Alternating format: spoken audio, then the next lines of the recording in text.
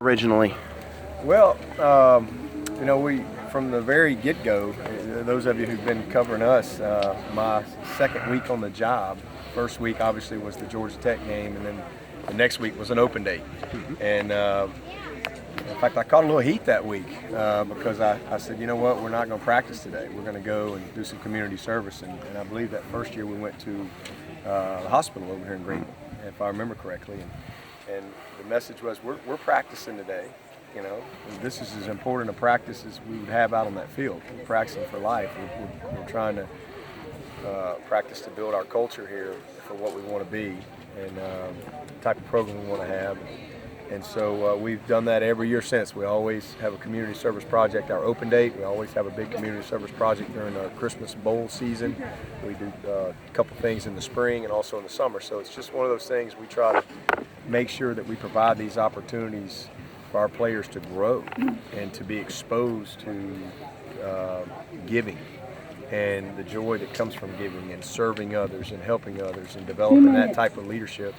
So, you know, that's the why. And then this particular project, I guess, came about 4 years ago, I think.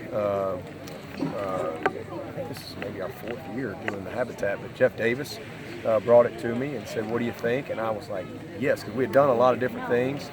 And I just felt like, you know what, this is going to really make it to where they can, I mean, they're literally getting their hands dirty and building, and they just, we can make such a huge impact. And they can see the fruits of their labor and put a face that meet the people whose lives that they're directly impacting. And so it's been a great project for us the last few years, and we've met some great people along the way. What's the sense of pride that you have seeing Deshaun come out here and win this kind of award? Yeah. I mean, he wins awards all the time for Yeah. his on-the-field accomplishments. Yeah, well, I mean, you just said it. I think that to be an All-American in football, you got to be a great football player. To win the Heisman, you better be a great football player. But to get on this team, to win that award, you better be a great human being that just happens to be a good football player. And that's what he's the epitome of. And I tell people that all the time. This is a great, just human being that just happens to be a good quarterback, you know. And he's so much more than that. He's a breath of fresh air in today's society and the culture in the world today. He gets it. He's a great leader, and just never been around a guy more driven and more willing to be the best that he can be on and off the field, and he understands the platform that he has.